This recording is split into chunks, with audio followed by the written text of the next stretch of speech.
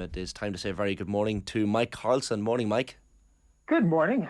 Stone Roses and Oasis. Now, those are kids' bands to me. Yeah, absolutely. We were talking about the history of bucket hats, because these bucket hats have really, they've made a comeback at festivals, Mike. So I don't know if you're a bucket hat man or not, but certainly they've gone up in popularity. I'm back from the cheesehead days, Oh, of course, even better.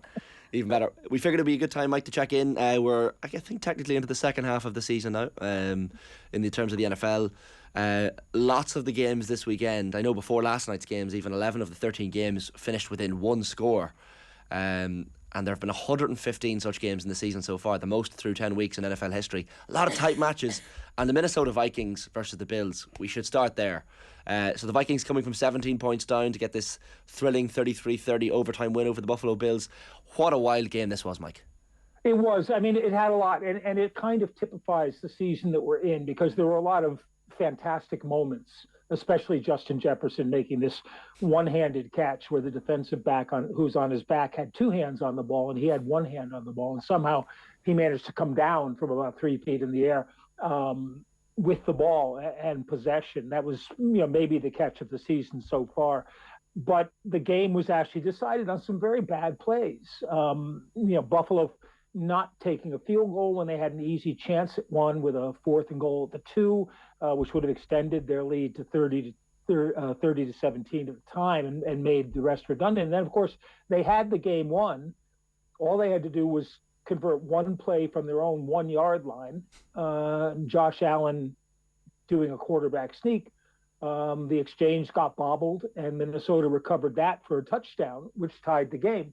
So this season has been a mix of the fantastic and the very mediocre kind of play. And, we thought we had settled down to maybe 3 or 4 teams that were actually really good, and they're all mostly having trouble now. The big story last night, is why I'm so bleary-eyed right now, is that Philadelphia got beaten by Washington.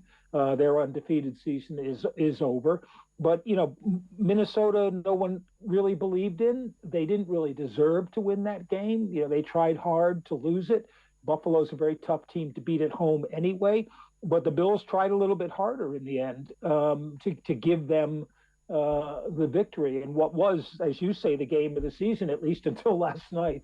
And I suppose before the season started, the Minnesota Vikings weren't really a team that were on anyone's radar massively, but they go now to 8-1 for the season, and I guess the way in which they're getting some of these wins, Mike, a lot of comebacks like it was at the weekend, a lot of tight wins as well.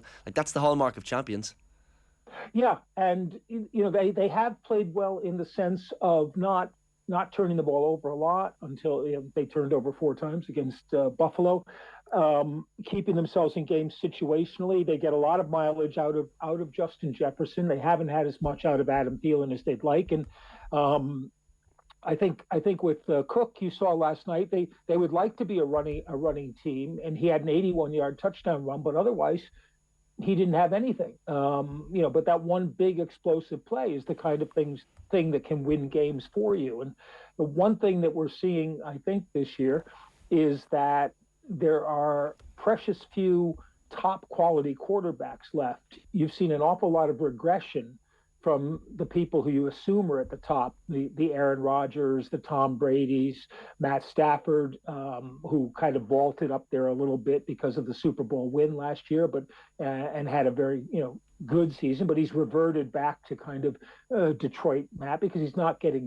much support there. Russell Wilson in Denver has not done what was expected. Dak Prescott didn't play all that well against Green Bay for Dallas. And until some of these quarterback situations are resolved, those teams which were supposed to be pretty good and contenders are down in this level of sort of averageness, of mediocrity, where any team can beat any other team, and you're going to see, I think, maybe it's the NFL's dream, a level of parity where a lot of teams will be going right up to the last weekend of the season to squeeze into the playoffs at 9-8, maybe 10-7 if they're lucky.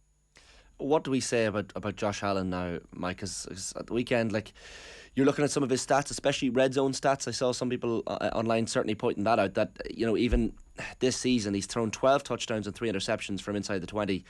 on track for his fewest passing touchdowns in the red zone since 2019. And then you talk about interceptions. He had thrown before this season just 2 interceptions in the red zone his entire career, and he's thrown a pick in the red zone in each of the past 3 games. So what's happening to Josh Allen, especially when they get into that red zone? Yeah, and that was the play where they passed on the field goal, and he threw the interception on 4th down. As you said, last year he was a red zone marvel. Between running and passing, he was incredibly efficient. People are saying he's got an elbow problem that's hurting his passing, which might be true.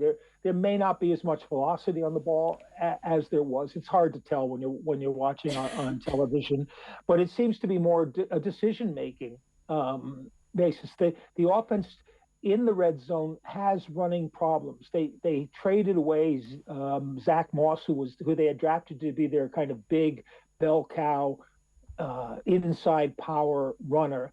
And Allen's really their best option in there, running the ball as well as passing it.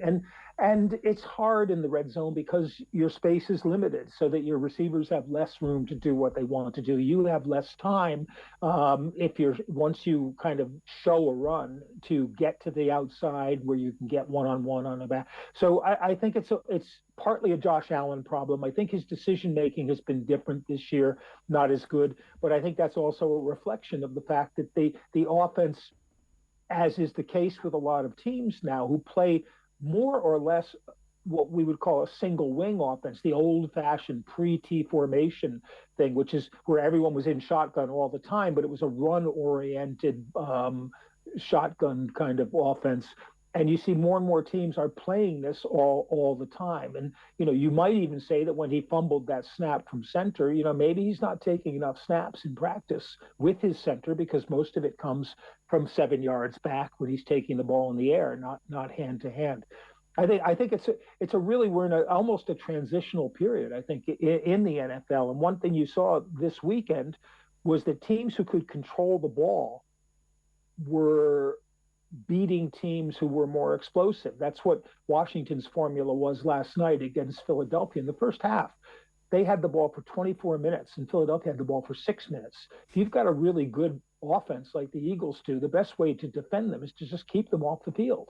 If your offense can grind out first downs and use up a lot of the clock, even if you have to settle for a field goal at that point, you can keep them under control. And Washington led at the half. Philadelphia got back in the game. They really, were still in a position to win the game up until that there was a terrible penalty where Taylor Heineke took a knee. He was running to the outside, and then he just gave himself up rather than be tackled. And one Philadelphia player sort of half tackled him anyway and got a penalty, and that killed the game. But it was a great game plan by Washington. They executed it really well against what was supposed to be one of the best defenses in the league. Yeah, that was a really, really good game last night. And you look at the NFC East situation now, and you still have the Eagles, of course, topping at 8-1, Giants 7-2, the Dallas Cowboys are 6-3, and the Commanders go, albeit still bottom, they go to 5-5 for the season so far. Like in that game, you talked about Taylor Heineke, like threw for 211 yards, was quite impressive from that perspective, Mike. But the Eagles, turn the ball over so often. I think they turned the ball over 3 times in their first 8 games, and they turned the ball over 4 times last night alone. So it was one of those nights for the Eagles. That's basically it. Quez Watkins fumbled the ball on a pass where he was wide open. The ball wasn't that well thrown from Hurts. He had to go to the ground to catch it, but he popped right up to run. And then when he was hit from behind, he fumbled it. Dallas Goedert fumbled on a play where he was being basically brought down by his face mask, but that wasn't called. Hurts threw a bad interception, but they killed themselves. A couple of stupid penalties, turnovers, and against a team that's controlling time of possession, which is difficult to do, and you have to be able to turn it into points. That was the story of the game. We saw sort of the same thing in Germany, where the Bucs finally were able to run the ball, which they haven't been able to do all season. They controlled the possession. I think it was 37 minutes to 23, more or less. And that basically kept Seattle in check for enough for them to win, despite only scoring 21 points. And I heard you guys were talking about Fields. There was a lot of adjustment trying to go on to the grass in Munich because, like at Wembley or whatever, it's football grass, not American football grass, and it's very quick. It's a slick surface. The ball moves on a lot, and the players, have to get used to that and not slide around. But in my mind, anything is better than artificial turf because the evidence is visible there. It's destroying players' careers week in and week out. And we really need to be playing on stuff cows can eat. Yeah, for sure. And like that game in Germany, like Tom Brady, fairly imperious. And I mean, you look at the Seahawks before the game, and you're thinking 4-game winning streak. They're coming into it in really, really hot form. But I mean, the Bucs, and I'm even looking at the games that the Bucs have remaining. So fairly winnable games against the Browns, Saints, Cardinals, Panthers, Falcons. Like you look at the fixtures, the 49ers and Bengals, top defenses left on the schedule for the Bucs, but they really, really could go on a winning streak themselves.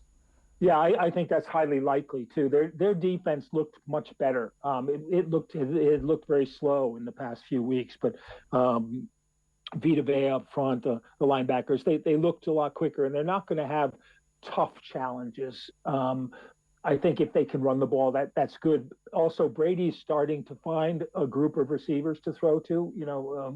Some frustration there, but he needs to trust people. And the interesting thing was, at 45, I'm starting to see at least that he's showing signs of age. And where that showed to me was that Brady's a master of, checking one receiver, checking another receiver, and each time moving a little bit to give himself time to throw and also to reset.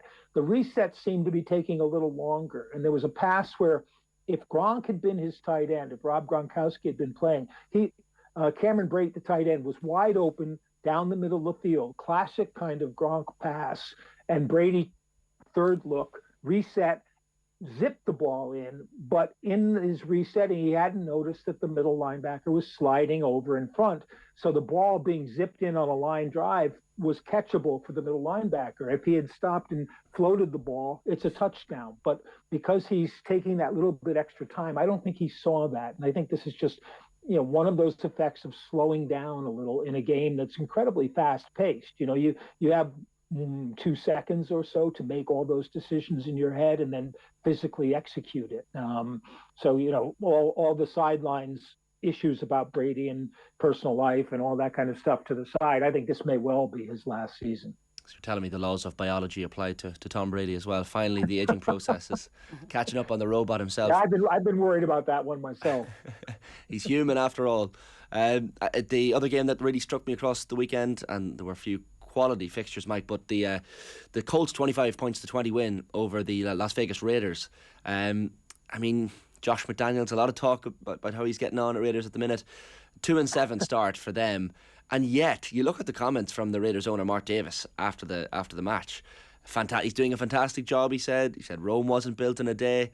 I mean, does this go completely against the thoughts of the Raiders fans right now, or how do they feel, I wonder? That's a good question, because I think there was a lot of misapprehension about the Raiders before the season, and I have to say I fell prey to some of it myself because they had made the playoffs last year. But when you looked down the roster, the playoff bump might have been just the reaction to losing John Gruden, just like the win for Indianapolis may have been partly reaction to losing Frank Reich maybe and Jeff Saturday taking over. Apart from making Matt Ryan the quarterback again, I'm not sure what Jeff Saturday did to make the Colts win that game. The Raiders lost that game. They're not a talented team, and that shows up. In McDaniel's defense, without Waller, his tight end, or Renfro, the possession receiver, getting Devontae Adams doesn't do them a lot of good, because part of the point of paying a lot of money for a big number one receiver like Devontae Adams is that he has to draw double coverage. That makes life easier for your other receivers. If your other good receivers are injured, that makes life hard for your quarterback. They're awful on defense. Their offensive line has not played very well. They've been in games. It doesn't look like they're quitting. It just looks like they're not very talented. And, I'm sure they'll give McDaniels another season to try to work that out. It's funny because we were talking about at the beginning of the season, the AFC West had, it was the strongest division for quarterbacks. You had Patrick Mahomes and Justin Herbert, and you had Russell Wilson joining Denver, and you had Carr in Vegas. Well, Carr hasn't been that great. Wilson's been terrible. Herbert has very little support with the Chargers, and Mahomes is probably the only guy there who's he's not even carrying the team, but he's playing really well right now. So that's one of the problems for Vegas in this season. I also just like to highlight a couple. Miami beating Cleveland easily with that 49er. Their new coach is ex-49ers. He's got two ex-49ers running backs who combined for 165 yards at like 7 yards a carry to help them do that. And Tennessee won again against Denver, despite missing about 5 starters. And I was saying to someone yesterday, you know that movie Invincible with Mark Wahlberg, where he plays Vince Papile? There's a game there where he shows up to play, and it's like in a school parking lot or something. They're having this. That's what every Tennessee game looks like.